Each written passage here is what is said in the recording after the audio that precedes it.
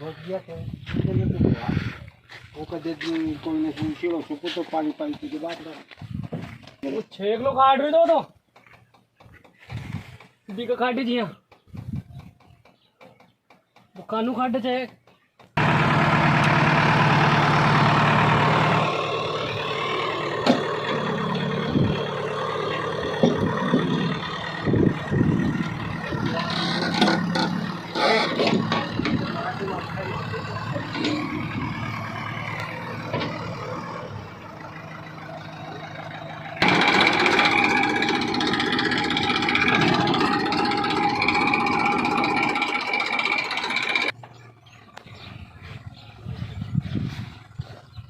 चिंता का आयो जो साधन